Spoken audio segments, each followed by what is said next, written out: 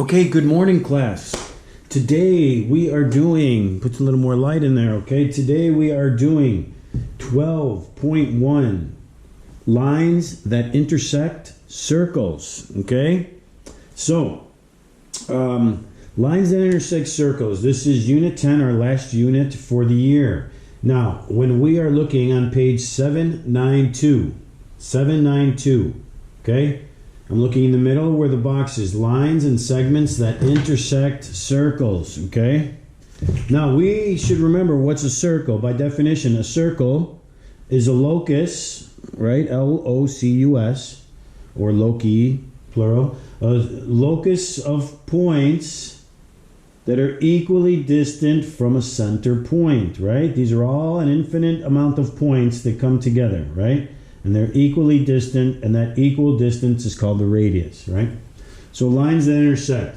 Well, we have your typical, any segment, line segment, that is on the interior of a circle and touches any 2 points of a circle, this point and this point, is called a chord. A diameter is a chord. Here's a diameter. This is a chord, and this is a chord.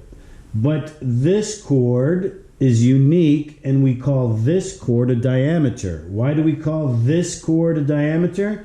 Because it is a chord that goes through the center point of the circle. This chord does not go through the center point of the circle. So this is not the diameter. That's how the definition of a true diameter is defined. A chord that goes through the center point of a circle. That is the diameter, okay? So, now we fully review what a chord is, right? Now let's move on to a secant and a tangent. A secant line is a line that intersects a line, not a line segment, a line that goes to infinity in opposite directions, right? A secant line is a line that intersects a circle at 2 points, right? A chord stays in the circle as a segment.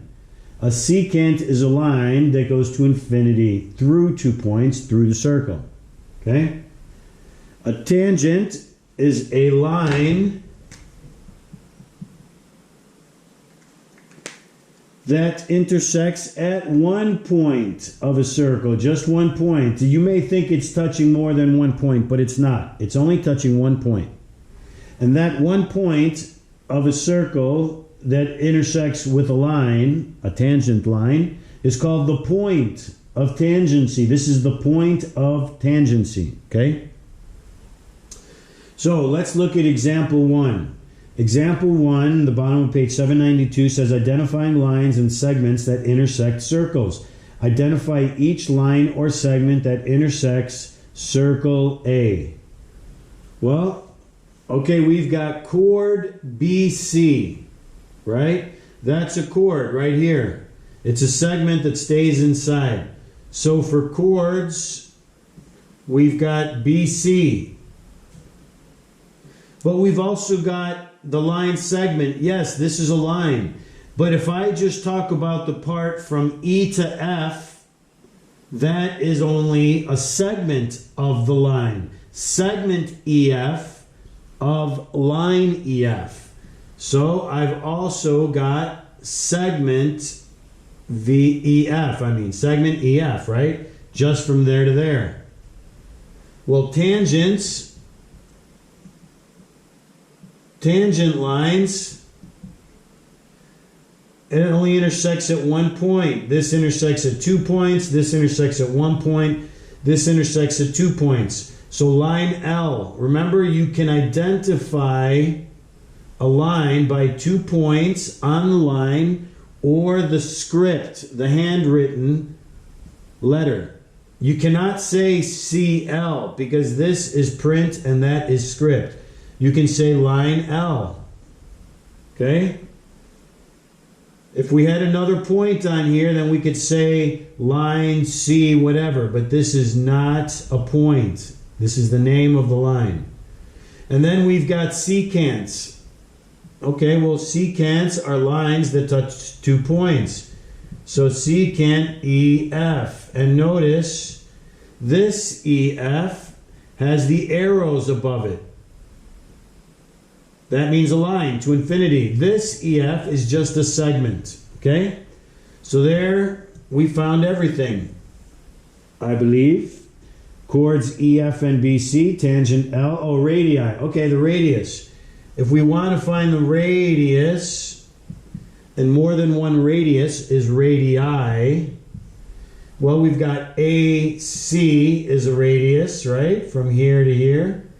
And we've got AB. So AC and AB. Okay, from the center point to a point on the line, on the circle, right? Not down here. Secant EF and diameter. Okay, and diameter. Diameter,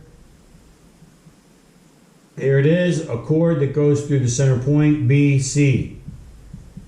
BC is the diameter, and that's it, okay? Now, let's move on to example 2. Pairs of circles, okay? We've got 3 terms of pairs of circles on page 793 in the box. 2 circles are congruent circles if and only if they have congruent radii. Here's 2 circles. Here's the radius. It's 2 units. Here's another circle with a radius of 2 units. These 2 circles both have 2 units as the radii, right? Then these 2 must be congruent. They have to be if they have the same radii. So these guys are congruent. Concentric circles, one circle inside the other circle, but they share the same midpoint, okay? This circle and this circle are not concentric because this is the center point for this circle, but this is the center point for this one. It's not the same. This is the center point for this, and this is the center point for this circle. Those are concentric, okay? Tangent circles. Tangent circles are 2 circles where they intersect at one point. Here, this is only one point of this blue circle, little one, and on the big red one, it's the same point. They're inside each other. They are not concentric because they do not share the same center point of the circle. Okay? Tangent circles, these 2 circles are not inside each other, but they intersect at one point. So they are tangent, intersecting at one point. Okay? So, example number 2, identifying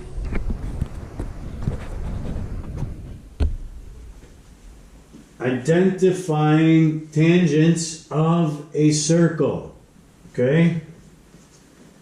Put these erasers over here just so I can get a good measure from the camera that I'm getting everything.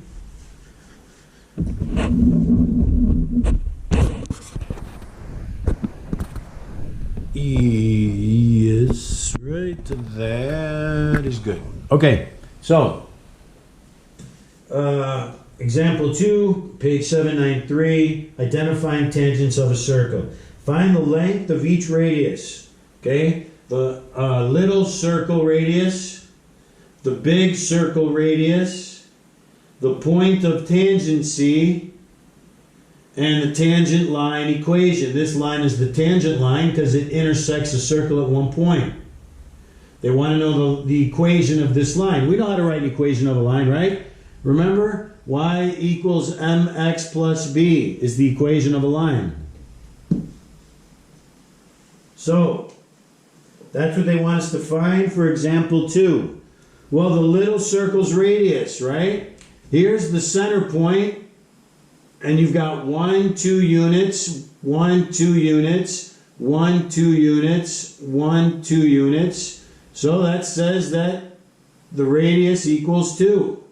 So the little circle radius is 2 units. The red circle, we've got 1, 2, 3, 4, 5, 6, 7, 8. So half is 4, right? So 1, 2, 3, 4. 1, 2, 3, 4, right? 1, 2, 3, 4. 1, 2, 3, 4. So it looks like this point right here is the center point for the red circle. Okay? That means 1, 2, 3, 4. That means that has a radius of 4. The big circle, BC, big circle, has a radius of 4 units. Point of tangency.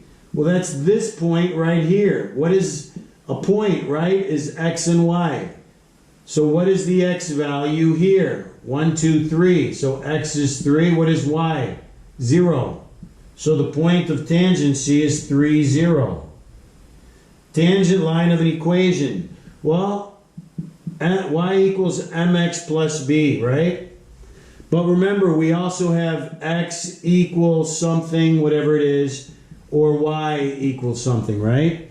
So it has to be this guy, x equals, so no matter where you go on the line, x is the same. This line, so that means it would be up and down, right? Well, there it is. No matter where I go on this line, x will be the same. 1, 2, 3. X is 3, x is 3, x is 3. Who cares what the y value is? X is 3. Okay? So x equals 3. So this is the equation of that line. If it was y equals, it would be something like this, right?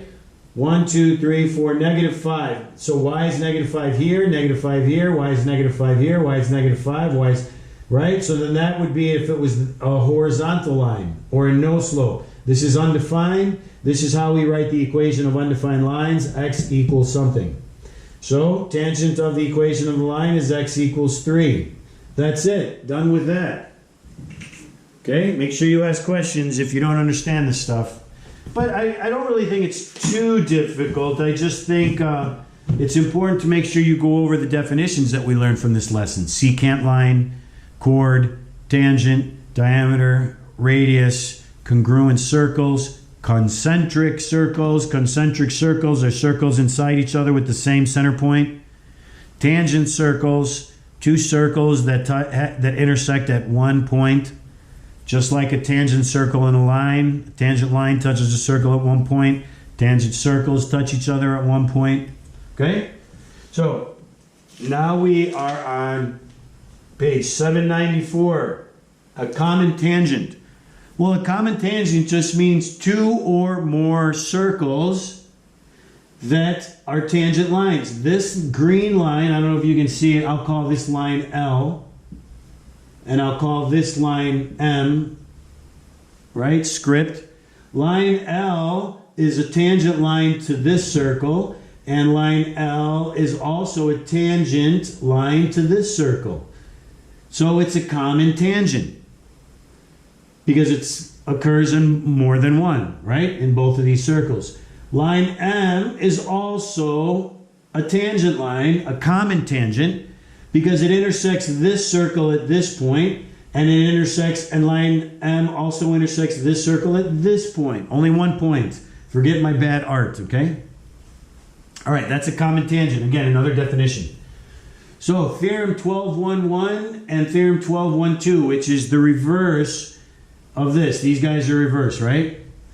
If a line is tangent to a circle, if then, right? Then that line is perpendicular to the radius of that circle. If a line, I'm going to say it again, if a line is tangent to a circle, which means intersecting at one point, then that line is perpendicular to the radius, okay? It's perpendicular to the radius.